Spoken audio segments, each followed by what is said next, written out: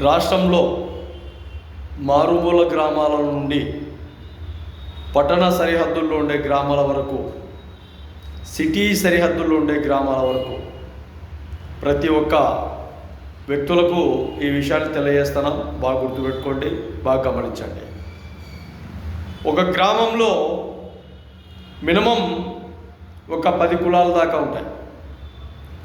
దీంట్లో ఎస్సీలు ఉంటారు, బీసీలు ఉంటారు, ఓసీలు ఉంటారు, ముస్లింలు ఉంటారు.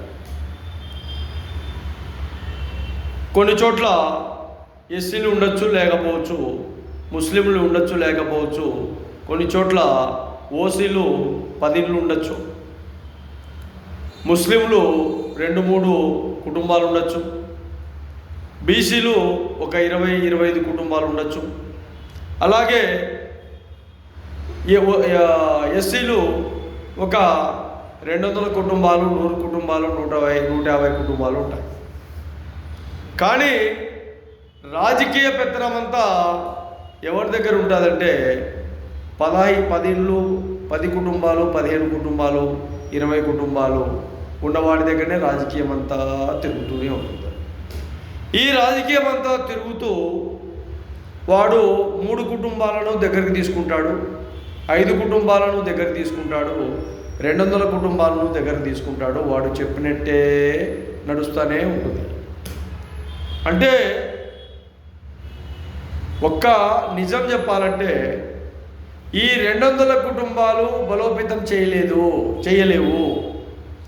4 కుటుంబాలు ఒక మాట పైన ఉంటాయి, 10 కుటుంబాలు ఒక మాట పైన ఉంటాయి, 15 కుటుంబాలు ఒక మాట పైన ఉంటాయి, 15-20 కుటుంబాలు, 30 కుటుంబాలు ఒక మాట పైన ఉంటాయి. గ్రామాలలో ఉండే వాస్తవ రేఖలివి.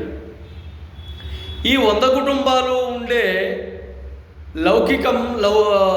లౌక్యం వాడంటే వీడికి, వీడంటే వాడికి, వాడంటే వీడికి.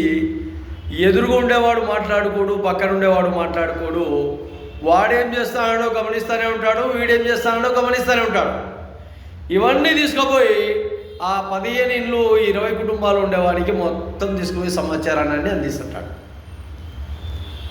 అన్నాయుడు తెల్ల బట్టలు వేసుకొని పోతాడన్నా డైలీ,